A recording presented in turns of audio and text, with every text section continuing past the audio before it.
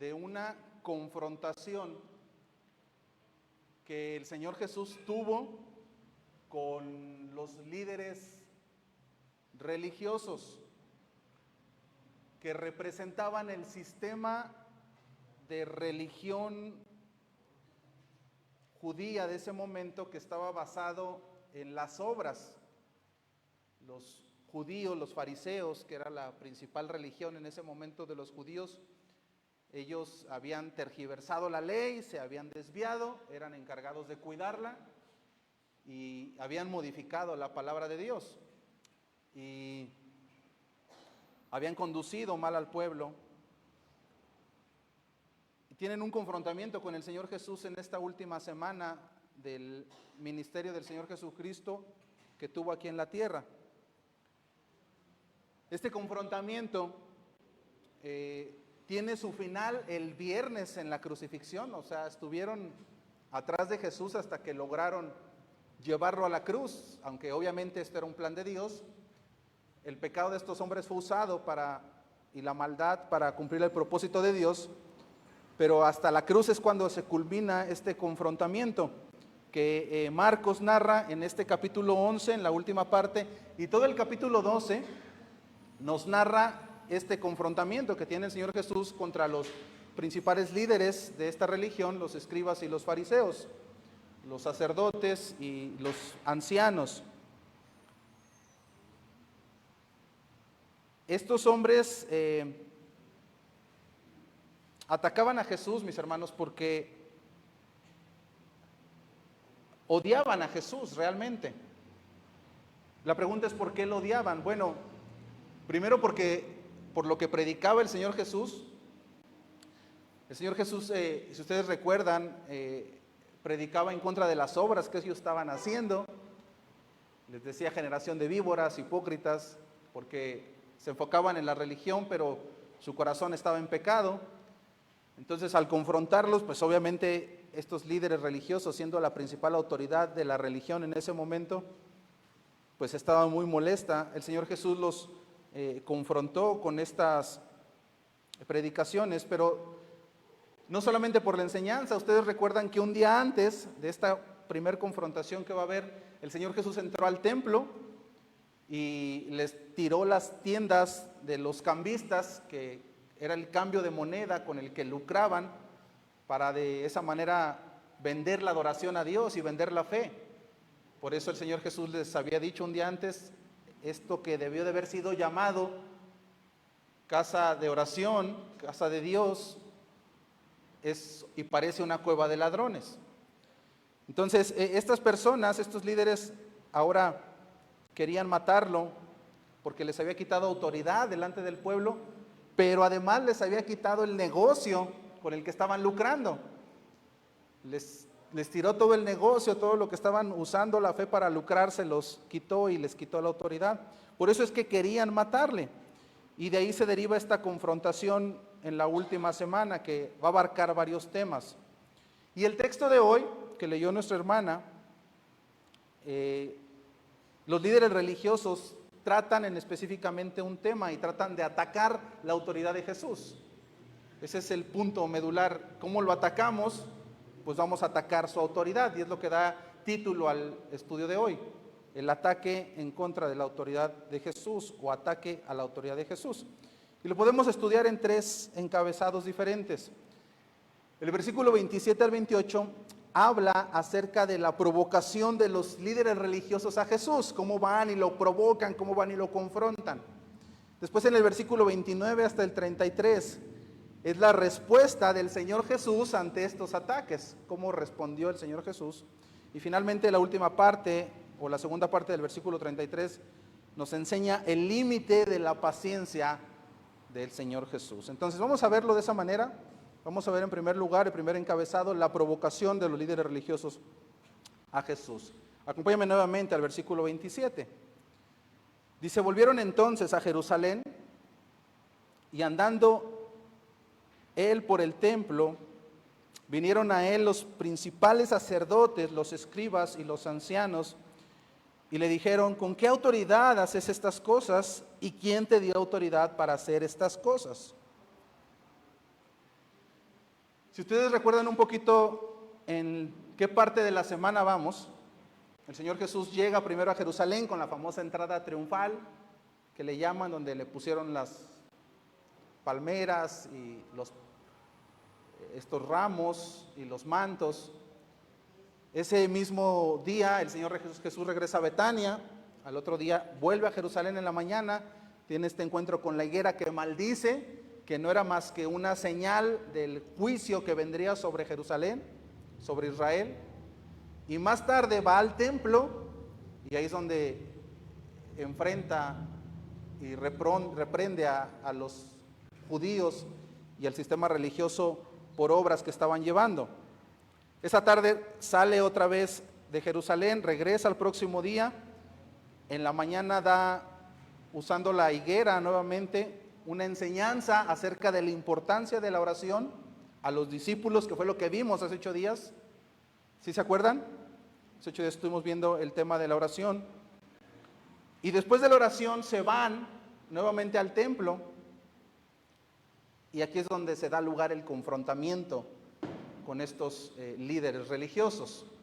Dice el texto en el versículo 27, volvieron entonces a Jerusalén y andando por el templo, vinieron a él los principales sacerdotes, los escribas y los ancianos. El Señor Jesús se va a caminar, nuevamente se mete al templo. Recuerden que el templo de Jerusalén era un terreno muy grande, no nada más era el lugar donde se llevaba a cabo las ceremonias, sino que eran un terreno muy grande que estaba bardeado, y dentro de esa barda había otras bardas internas que se les denominaba o se les llamaba los atrios, que no eran más que patios adentro de otros patios. Y por ahí estaba caminando el Señor Jesús con los discípulos, mientras les enseñaba el Evangelio y otras enseñanzas. Nos narra el paralelo de Lucas de esta historia. Dice, mientras el Señor Jesús les predicaba acerca del Evangelio y otras enseñanzas. Esta era una manera muy común de los rabinos y de los maestros de enseñar. Mientras ellos caminaban a alguna aldea, tenían algún asunto, caminaban y los discípulos se les pegaban, y en el camino era cuando se les enseñaba todo lo que los maestros tenían que dar. Y era como el Señor Jesús ahora les estaba enseñando a los discípulos. Y el Evangelio de Lucas nos narra que ya no nada más estaban los discípulos caminando con él, sino que había una multitud dentro del templo caminando con el Señor Jesús mientras él les enseñaba. Ahora, la Biblia no dice específicamente, aparte del Evangelio, qué era lo que estaba enseñando en ese momento. Quiero que visualices un poco. Está el templo, están los atrios, los patios, está el Señor Jesús caminando, va la multitud, van los discípulos con él, y él les está enseñando, además del Evangelio, otras cosas. ¿Qué estaría enseñando el Señor Jesús? Bueno, sin tratar de especular, probablemente el Señor Jesús les estaba dando un resumen de todo lo que pudo haber estado enseñando a lo largo de los 3 años de ministerio. El Señor Jesús en estos 3 años había hablado acerca de la falsa religión, de la hipocresía legalista, de lo inútil que era obtener la salvación por obras o la justicia por obras o esfuerzos propios, lo absurdo de las oraciones vacías y las obras superficiales que solo hacían aquellas personas que querían ser vistas por los hombres en vez de querer agradar a Dios. En el Sermón del Monte, ¿recuerdan? Seguramente también estaba enseñando acerca del juicio divino, del infierno eterno, de la necesidad de la humildad, del quebrantamiento de corazón, del corazón contrito y humillado, de la reconciliación que necesitaban tener entre los hombres, la paz con Dios, el amor compasivo de Dios, el perdón, la salvación, la vida eterna, la falsa humildad, el orgullo espiritual, el costo de seguir a Jesús cuando te tenías que negar a ti mismo. Seguramente les enseñó acerca de la persecución y el sufrimiento que iban a tener aquellos que le siguieran, de la importancia de la palabra de Dios, de la honestidad, de las verdaderas riquezas espirituales y del peligro del amor al dinero, de la gracia, de la fe, de la misericordia. Y dice Lucas del Evangelio, de las buenas nuevas de salvación. Esta es una suposición de lo que pudo haberles estado hablando. ¿Por qué? Pues porque fueron cosas que predicó a lo largo de estos 3 años. Son cosas que ya había predicado, que ya había enseñado. Ahora, mis hermanos, el punto es que lo que haya estado enseñando fue algo que a los fariseos los enfureció en gran manera. A este grupo religioso que estaba conformado dice el versículo 27, la segunda parte, principales sacerdotes, escribas y ancianos. Estos eran los líderes religiosos. Los líderes religiosos de esa época se conformaban por los sumos sacerdotes, por los líderes sacerdotales, por los escribas, que eran los encargados de transcribir la ley y cuidar que no se tergiversara, que en su mayoría eran fariseos, y por los ancianos. Esos eran los que comandaban y decían qué se hacía y qué no se hacía. Este grupo, mis hermanos, normalmente no estaba de acuerdo, se la pasaban peleando entre ellos, pero ahora tenían un fin en común. Ahora sí se habían puesto de acuerdo. ¿Y cuál era el fin común que ahora tenían ellos? Matar a Jesús. Eso era lo que estaba en sus mentes, eliminar a Jesús. Así que iban a tratar por todos los medios de callarlo, desacreditarlo. De ahí viene lo que dice el versículo 27, vinieron a él principales sacerdotes, los escribas y los ancianos, y le dijeron, ¿con qué autoridad haces estas cosas? ¿Y quién te dio autoridad para hacer estas cosas? O sea, le dicen, ¿con qué autoridad estás predicando lo que estás predicando? ¿Y con qué autoridad ayer hiciste y nos tiraste las tiendas y nos quitaste toda autoridad delante del pueblo? ¿Quién te dio esa autoridad para hacerlo? Ahora, aquí lo leemos como una simple pregunta. Llegan ellos, dicen, ¿con qué autoridad haces eso? Pero en el idioma original, en el griego original, habla acerca de, se traduce como lo enfrentaron. Esa palabra vinieron a él lo enfrentaron. En el paralelo de Lucas nos dice, lo asaltaron. O sea, no se acercaron a él como quien tiene dudas y le quieren preguntar, oye, ¿con qué autoridad estás haciendo esto? Sino que lo están haciendo a una manera de atacarlo agresivamente, de exhibirlo, de querer pelear con él. Algo así como, ¿qué te pasa? ¿Por qué estás predicando lo que estás predicando? ¿Tú quién eres para predicar eso? ¿Con qué autoridad ayer viniste al templo y tumbaste las tiendas que teníamos? ¿Quién eres para hacer eso? Esos son los fariseos hablándole a Jesús de esa manera. Esa es la idea que da la palabra en el original cuando dice vinieron a él. Mis hermanos, de aquí hay una primera enseñanza para nosotros. El Señor Jesús no había hecho nada, Él había solamente predicado la verdad de Dios y hecho lo que Dios le había mandado hacer. Y esto había generado que un grupo de líderes religiosos lo odiaran a tal manera de querer matarlo.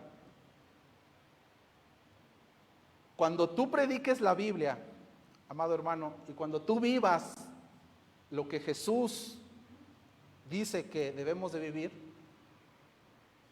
la gente te va a odiar, el mundo te va a odiar. El mundo no te va a amar por seguir a Jesús. Dice la palabra de Dios que si odiaron a Jesús, como por qué no nos van a odiar a nosotros. Y esa es una referencia que nosotros tenemos que tener clara en nuestra vida. Si nosotros, el mundo nos ama, si nos sentimos muy a gusto en el mundo, nadie nos señala, nadie nos ve feo porque somos cristianos, pues a lo mejor vale la pena evaluar qué tipo de cristianismo estamos viviendo. Porque el cristianismo del cual habla Jesús en la Biblia era causante de que lo odiaran, lo aborrecieran, lo rechazaran. Hoy el cristianismo y muchos hermanos buscan quedar bien con el mundo. Es como que quiero agradar al mundo para que me amen. Y cuando predicas la verdad, cuando haces la verdad, lo más probable es que te rechacen como rechazaron al Señor Jesucristo. Ahora, ¿cuál era el problema que tenían estos hombres que habían rechazado a Jesús? Que no hallaban una sola cosa para poder perjudicarlo. Ese era el problema que tenían. Ganas de matarlo no les faltaban. Les había quitado el negocio, los había encarado, les había quitado autoridad. El problema es que no tenían un solo motivo para poder enfrentarlo. Y eso es lo que nos dice el paralelo en Lucas 19:47, si me puedes acompañar. Lucas 19, 47 y 48, dice el texto, y enseñaba cada día en el templo, pero los principales sacerdotes, los mismos que están narrados en Marcos, los escribas y los principales del pueblo procuraban matarle. O sea, lo querían asesinar. Versículo 48. ¿Cuál era el problema? No hallaban nada que pudieran hacerle porque todo el pueblo estaba suspenso oyéndolo. No les dio motivo para que lo mataran. No había una razón, no podían encontrarle algo. Y esa es la otra parte de la enseñanza anterior. Si el mundo nos va a aborrecer, mis hermanos, que sea por predicar a Cristo. Un cristiano no debe dar motivos fuera del evangelio para que lo aborrezcan, para que lo señalen. Hay mucha gente que es odiada por el mundo, pero no es odiada por predicar el evangelio o por vivir el evangelio. Es odiado porque hay algo malo en su corazón. Y a veces se excusan en el cristianismo, dicen, es que todos me odian por ser cristiano. No, es por los motivos que tú das, por tu mal corazón, por tu falta de amor. Hay gente que así es, ¿verdad? Que le falta ser más como Jesús y se excusa porque dice, soy cristiano y por eso me odia la gente. No, tienes que evaluar que tú no tengas un solo motivo para que la gente te odie, una sola razón para que sean tus enemigos, salvo, y gloria a Dios que así fuera, que sea porque somos verdaderos seguidores de nuestro Señor Jesucristo y porque predicamos la verdad como Él la ha expuesto. No hallaban, mi hermano, cómo desacreditarle. Sin embargo, les había quitado la autoridad y les había quitado el negocio con el cual lucraban en el templo. Así que de aquí en adelante iban a buscar la manera de hacerlo quedar mal delante de la multitud. O sea, no lo podían atacar porque la multitud decían, es que es correcto lo que él hace, es correcto lo que él predica. No lo podían atacar simplemente. Entonces, ¿qué tenían que hacer? Estratégicamente hablando, voltearle a la gente, voltearle a la multitud. Tenían que desacreditarlo, tenían que hacer algo, decir algo que la gente se pusiera en su contra. Por eso, en este pasaje inicia una serie de cuestionamientos y trampas para intentar desacreditarle, que se muestran en este pasaje y en el capítulo 12. Ya antes el Señor Jesús había confirmado de dónde venía su autoridad. En muchos pasajes anteriores le habían preguntado de dónde viene lo que haces. Y él había dicho, del Padre. Todo lo que hago, lo hago en la voluntad de mi Padre que está en los cielos. Sin embargo, ahora era un poco diferente. Estos hombres, sabiendo que él había dicho que todo lo que hacía, lo hacía en la autoridad del Padre, le llevan a hacer esta pregunta que vemos en el versículo. Del versículo 28. Y le dijeron, ¿con qué autoridad haces estas cosas? ¿Y quién te dio autoridad para hacer estas cosas? Si el Señor Jesús decía, la autoridad me la ha dado el Padre, lo podían acusar de blasfemo. ¿Por qué? Porque su enseñanza iba en contra de lo que los sacerdotes estaban enseñando. Y se supone que los sacerdotes eran de Dios.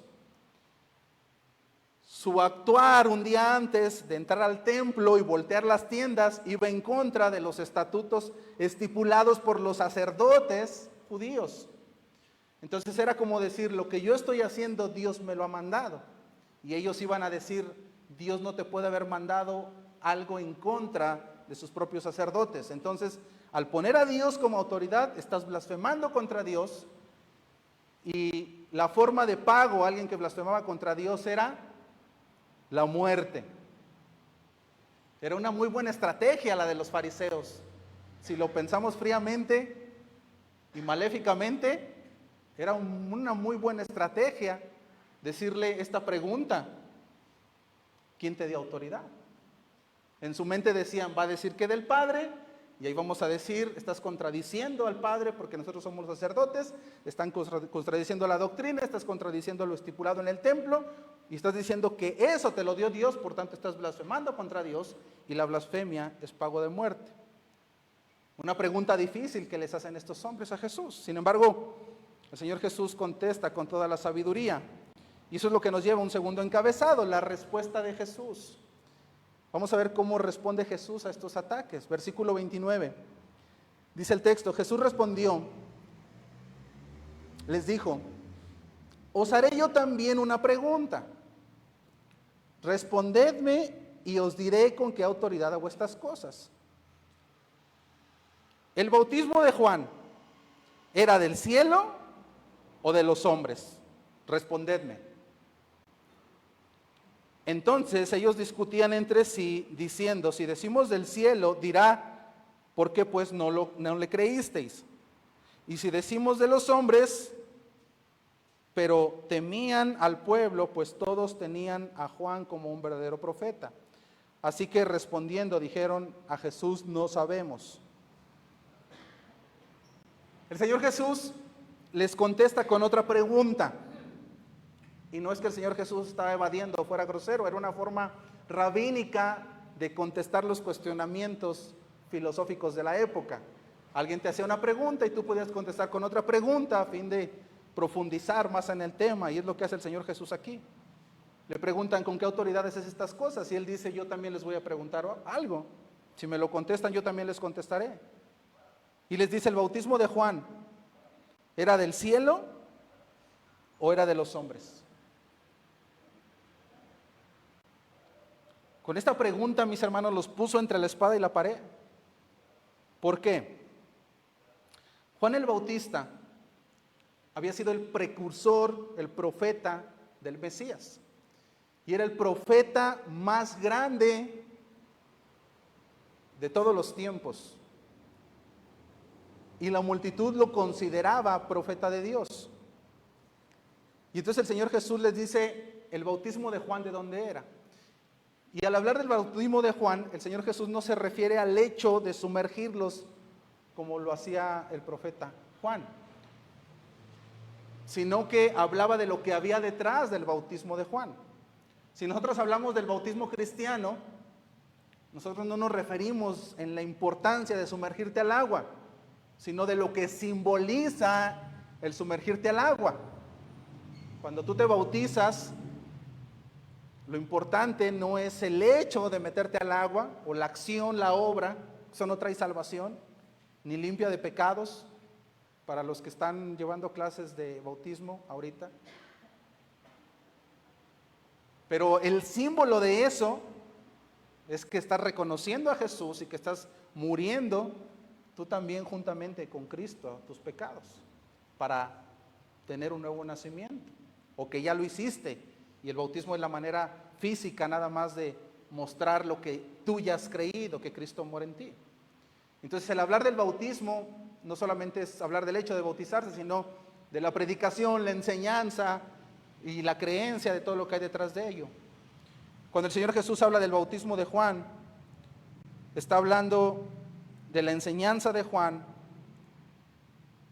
de la predicación de Juan y sobre todo de la declaración de que Juan era el Mesías.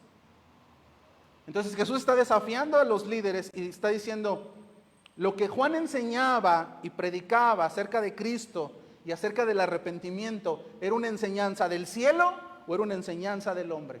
¿Era una enseñanza de Dios, divina, o era una ocurrencia de Juan nada más? Esta pregunta los puso entre la espada y la pared en un gran dilema, mis hermanos. Que dice el texto que se pusieron a discutir entre ellos. Da la idea como que se hicieron a un lado y empezaron a debatir qué iban a contestar. Era muy importante lo que ahora ellos iban a contestar. ¿Por qué? Si decían que la enseñanza de Juan venía de Dios, ¿qué pasaría? Jesús les iba a hacer otra pregunta.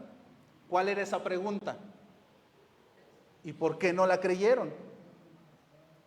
¿Por qué no creyeron lo que Juan predicó si venía de Dios? Admitir que la enseñanza de Juan venía de parte de Dios significaba poner el sello de aprobación en dos cosas: en que Jesús era el Mesías, porque esa era la enseñanza, y en aprobar algo que ellos mismos habían rechazado anteriormente. Acompáñame a Lucas capítulo 7, versículo 28 al 30. Lucas 7, 28 al 30. Dice el texto: os digo que entre los nacidos de mujer no hay mayor profeta que Juan el Bautista, pero el más pequeño en el reino de Dios es mayor que él. Y todo el pueblo y los publicanos, cuando lo oyeron, justificaron a Dios bautizándose con el bautismo de Juan. Escucha el versículo 30. Mas los fariseos y los intérpretes de la ley, o sea, los mismos con los que está hablando ahora Jesús, ¿qué hicieron? Desecharon los designios de Dios respecto de sí mismos, no siendo bautizados por Juan. En otras palabras, cuando Juan predicó, le dijeron: tú no eres de Dios, no es verdad lo que estás enseñando. Por otro lado, Juan el Bautista los había encarado acerca de la religiosidad que tenían y de la falta de arrepentimiento en su corazón. Ve a Mateo capítulo 3, cuando Juan el Bautista predicaba la llegada del Mesías. Dice en el versículo 7, Mateo 3, 7, al ver él que muchos de los fariseos, ahí están otra vez, y de los saduceos, venían a su bautismo, les decía, ¿cómo les decía? Generación de víboras. ¿Tú te imaginas que vas a ir a bautizarte con Juan y Juan te dice generación de víbora? Eso debió de haberlos enfurecido mucho, pero los encaraba, les decía: ¿quién nos enseñó a huir de la ira venidera? Y les enseñaba, ¿verdad?, lo que enseña el Evangelio: haced pues frutos dignos de arrepentimiento, arrepiéntanse, y no penséis decir dentro de vosotros mismos: Abraham tenemos por padre. No porque piensen que son judíos, piensen que ya con eso están bien delante de Dios, porque vienen de la genealogía de Abraham, ya la hicieron, ya son salvos, pueden vivir como ustedes quieran. Y les decía, ¿por qué? Dice: porque yo os digo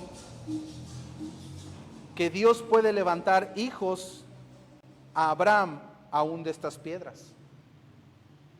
O sea, no importa ni siquiera la genealogía de la que vienen, sino que su corazón dé frutos dignos de arrepentimiento. Y luego viene la profecía acerca del juicio. Y ya también el hacha está puesta a la raíz de los árboles. Por tanto, todo árbol que no da buen fruto es cortado y echado en el fuego. Ya viene el juicio de Dios sobre ustedes. Todo árbol que no vaya a dar fruto, cada persona que no dé frutos dignos de arrepentimiento, será declarado culpable y echado al fuego. Entonces, mira cuál era la enseñanza de Juan, cuál era el bautismo de Juan. Cuando él predica arrepentimiento, ellos no se arrepienten, pero encima les confronta y les dice generación de víboras. Y luego Juan habla acerca de que Jesús es el Mesías. Entonces, ahora regresa a la historia de Jesús. Jesús les dice: el bautismo de Juan, todo lo que predicaba Juan, ¿era del cielo o del hombre? No podían decir que era del cielo, ya esto era imposible, porque era admitir que ellos eran una generación de víboras, era admitir que Jesús era el Mesías, y era admitir que ellos no estaban bien delante de Dios. No había manera, no era una opción decir que venía del cielo. Por otro lado, negar que venía del cielo, decir que era de hombre, tampoco era una opción. Mira lo que dice el versículo 32 de Marcos 11. Y si decimos de los hombres, ¿pero qué pasaba? Tenían temor. ¿De qué tenían temor? Acompáñame a Lucas capítulo 20, versículo 6, que es el paralelo de esta historia. Dice: si decimos de los hombres, si decimos que la enseñanza de Juan el Bautista era de hombre, todo el pueblo nos apedreará, porque están persuadidos de que Juan era profeta. Si decimos que la enseñanza es de un ser humano, nos van a apedrear. ¿Por qué? Porque Juan era considerado un verdadero profeta de Dios. Y el declarar a un profeta de Dios como no ser un profeta de Dios era lo mismo que negar a Dios o blasfemar contra Dios.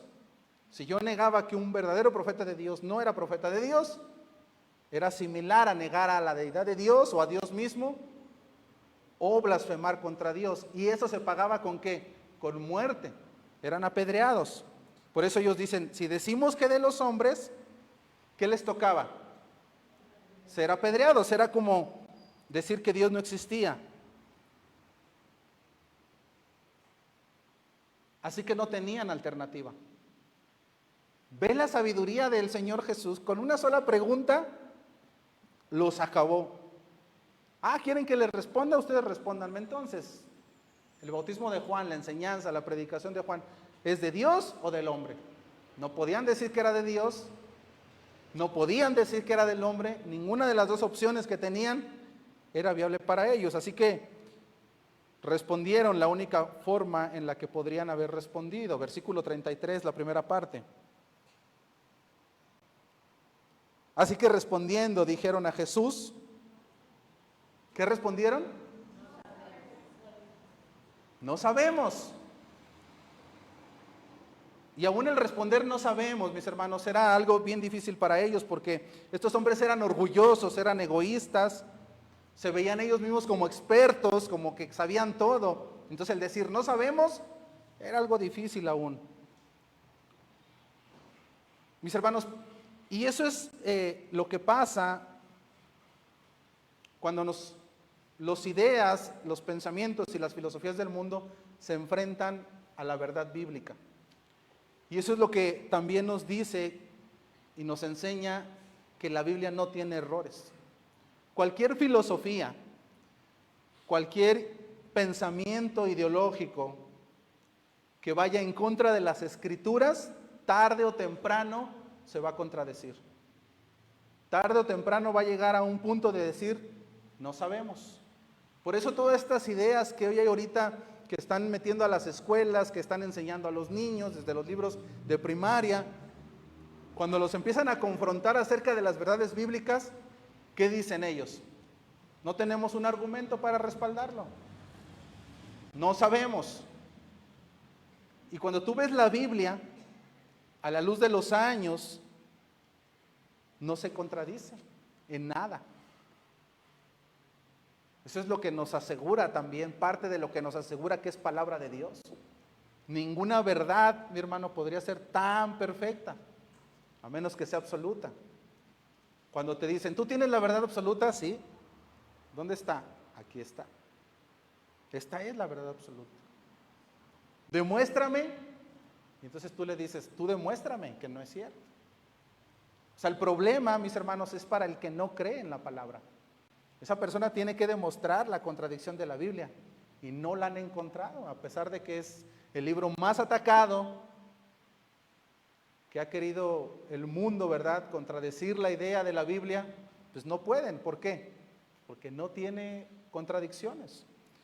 Diferente a los pensamientos, ideologías de los hombres que quieren imponernos, que van en contra de la voluntad de Dios, tarde o temprano van a llegar con la misma respuesta con la que se toparon los fariseos. No sabemos. Esta generación, mis hermanos, es la generación que más información tiene. Tenemos todo tipo de información. Ahorita con el tema de la inteligencia artificial, es una maravilla la inteligencia artificial. Te facilita todo.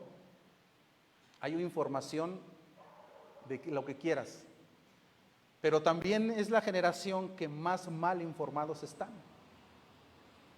¿Por qué? Porque hoy todo el mundo da su opinión, todo el mundo expone lo que cree, todo el mundo expone su filosofía, su pensamiento y dicen, lo que yo digo es verdad.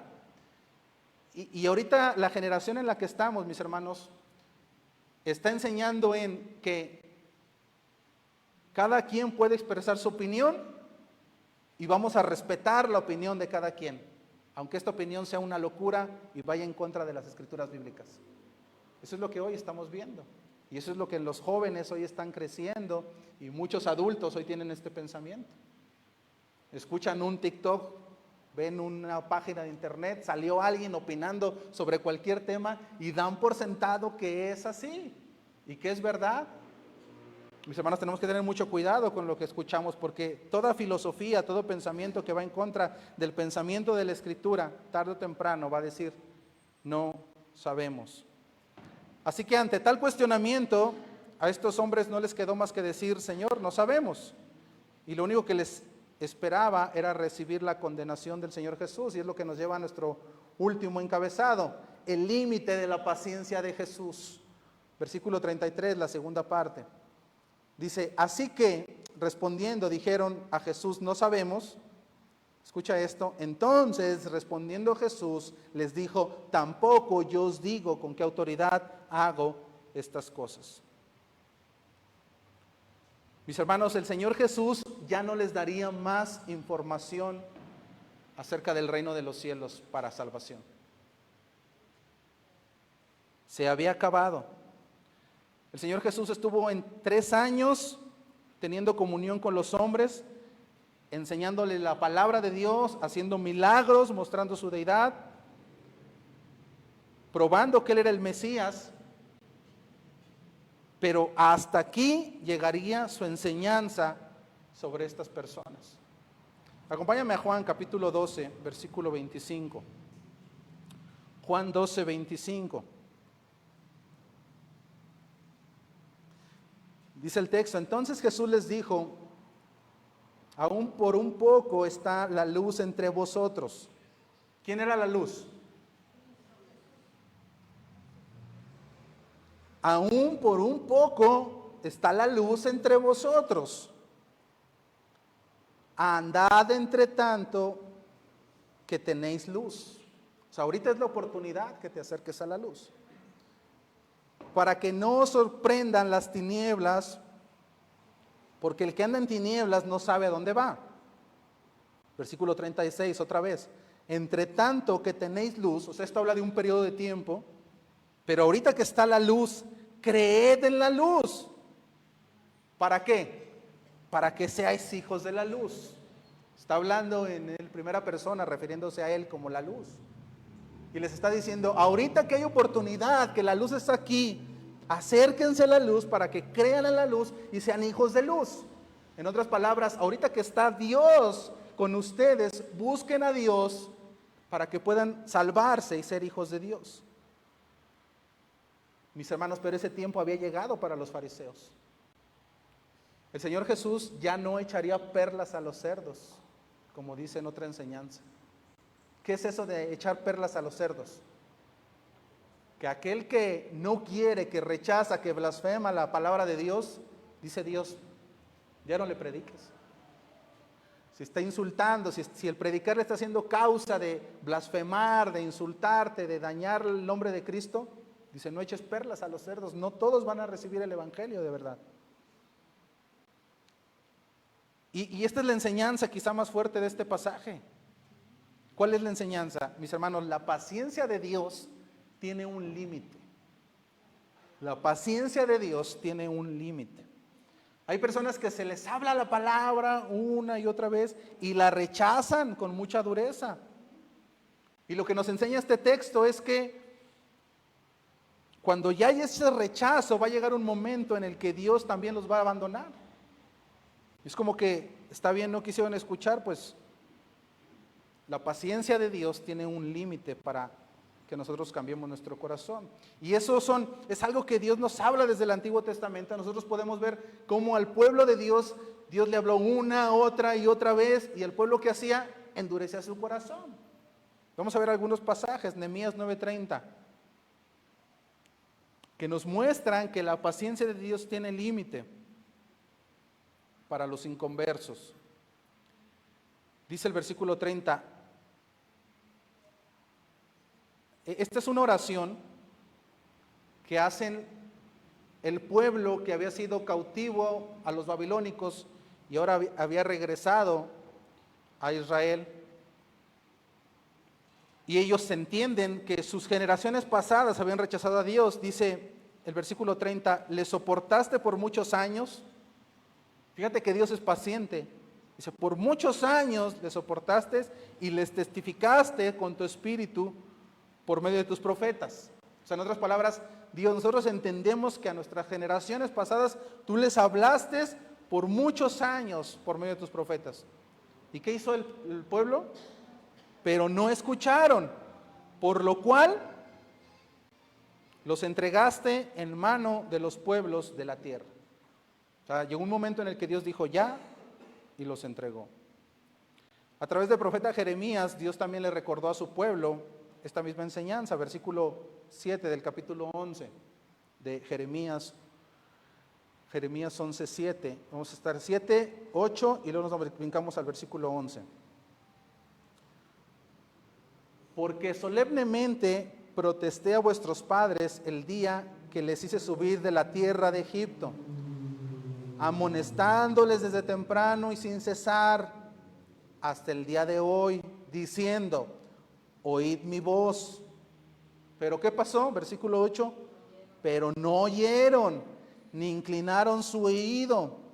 Antes se fueron cada uno tras la imaginación de su malvado corazón. Bríncate hasta el versículo 11 de ese capítulo, Jeremías 11, 11. Por tanto, ¿cuál es la consecuencia de esto?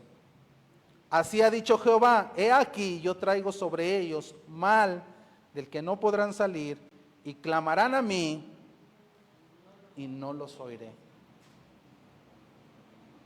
Mis hermanos, no debemos de olvidar esta advertencia de Dios, que la paciencia de Dios tiene un límite cuando Dios nos habla, y no menospreciemos la enseñanza. Eso es lo que está mostrando el texto de Marcos. Cuando estos líderes religiosos le preguntan, ¿con qué autoridad predicas y haces lo que haces? El Señor Jesús les pudo haber dicho, yo no necesito autoridad, yo soy la autoridad. O hablando humanamente les pudo haber dicho, la autoridad que yo tengo viene delegada de mi Padre. Y volverlos a evangelizar. Sin embargo, ¿qué dijo el Señor Jesús? Ya no les voy a contestar. Ya no les voy a decir nada. Mis hermanos, este es el punto de partida. Ya el Señor Jesús ya no les va a predicar. Nosotros vamos a avanzar en los demás versículos y vamos a encontrar que a estos líderes religiosos encargados de guardar la ley de Dios, ya no les va a predicar la palabra. Los va a exhortar y los va a reprender porque lo querían atacar, pero ya no les habla acerca de que tienen que recibir el favor de Dios. No les contestó. Eso es lo que nos enseña el pasaje de Marcos. Entonces, podemos ver, mi hermano, que la paciencia de Dios llega, ¿verdad?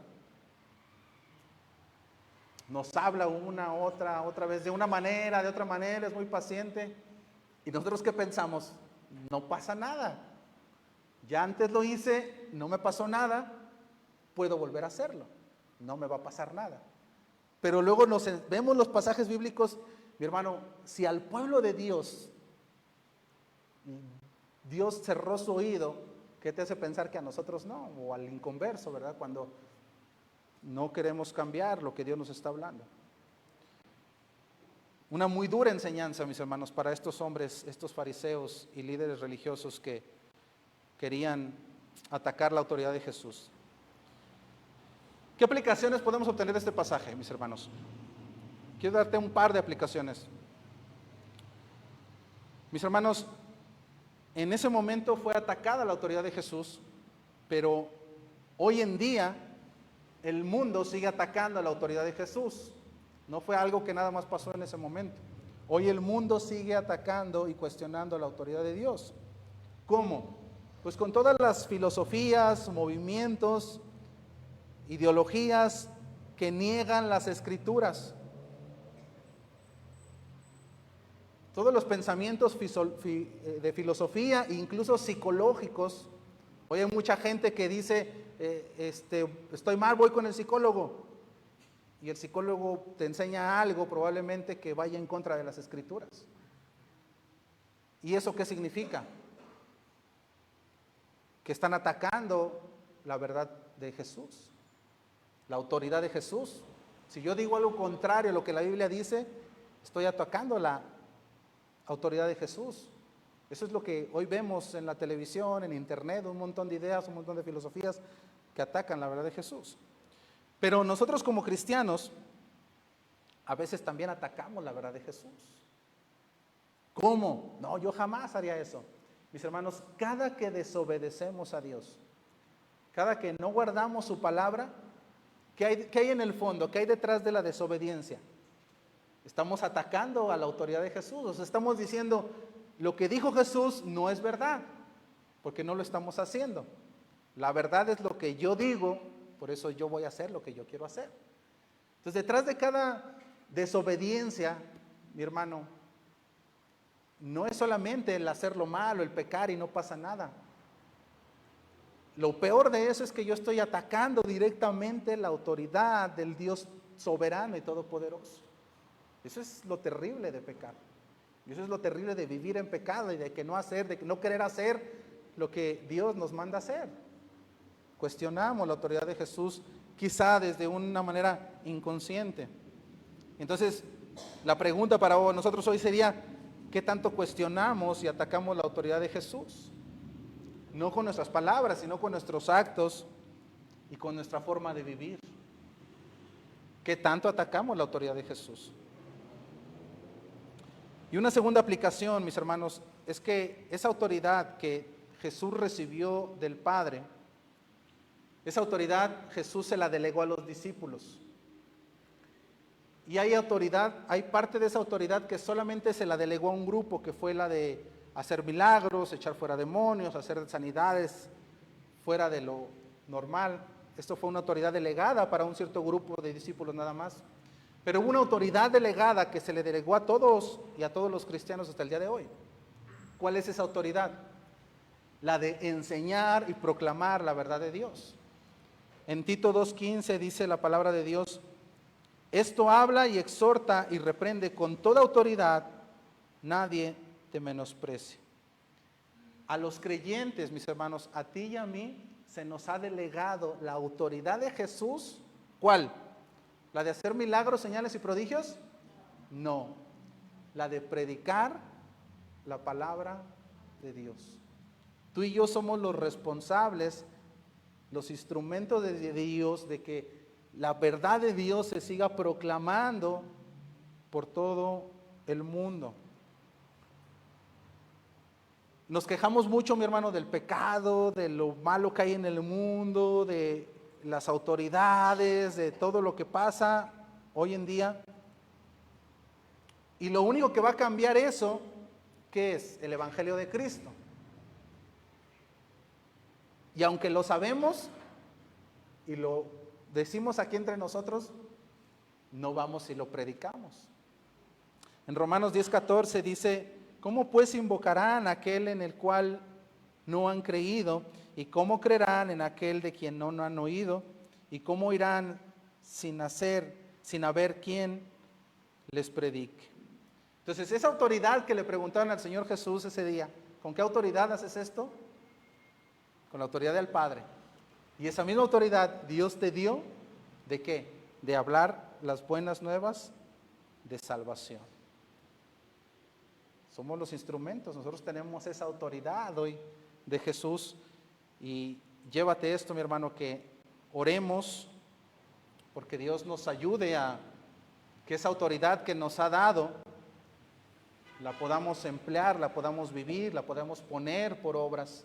Yo estoy seguro que hay familia a la cual no le hemos hablado, hay amigos a los cuales no les hemos hablado, hay vecinos a los cuales hoy no les hemos hablado. Y entonces, ¿de qué sirve la autoridad que Dios te ha dado como hijo tuyo para proclamar la verdad de Dios? Tenemos que proclamar esa verdad, aunque esa verdad va a ser atacada por el mundo y a veces hasta por muchos de nosotros, pero que Dios nos ayude a ser fieles a proclamar su verdad. Que el Señor bendiga su palabra. Vamos a entonar una alabanza, mis hermanos, mientras nuestros hermanos sugieres nos ayudan a recoger la ofrenda, por favor.